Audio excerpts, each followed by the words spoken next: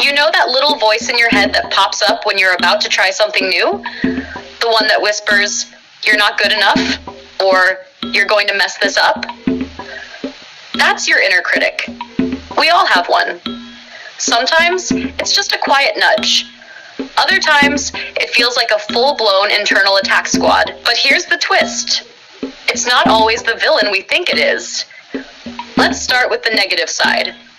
The inner critic can be brutal. It tends to show up when you're already feeling vulnerable, like before a job interview, a presentation, or even posting something online. It can paralyze you with self-doubt, replay your past mistakes on loop, and convince you that you're not smart, attractive, capable, or worthy enough. Over time, this kind of thinking chips away at your self-esteem. You stop taking risks, avoid new experiences, and settle for less than you deserve. Not because you're incapable, but because that voice keeps telling you that you are.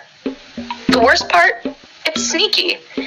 You might not even realize it's happening.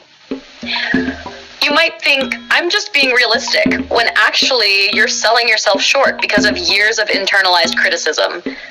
Left unchecked, the inner critic can lead to anxiety, depression, perfectionism, and even imposter syndrome. But here's where it gets interesting. It's not all bad. Believe it or not, your inner critic can also be a secret motivator. That voice usually comes from a place of wanting to protect you. It tries to keep you from embarrassment, failure, or disappointment.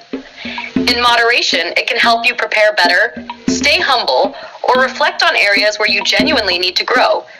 For instance, if your inner critic says, "You're not ready for that big presentation," and you respond by practicing harder and improving your skills, that's a win.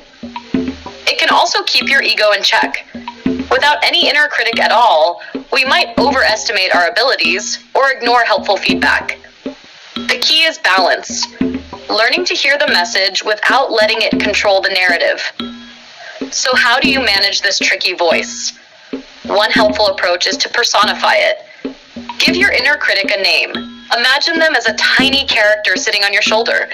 When they start getting loud, talk back. Say, "Thanks for your opinion, Steve, but I've got this." Sounds silly, but it helps you separate that voice from your actual identity. Another trick? Flip the script. Turn criticism into curiosity.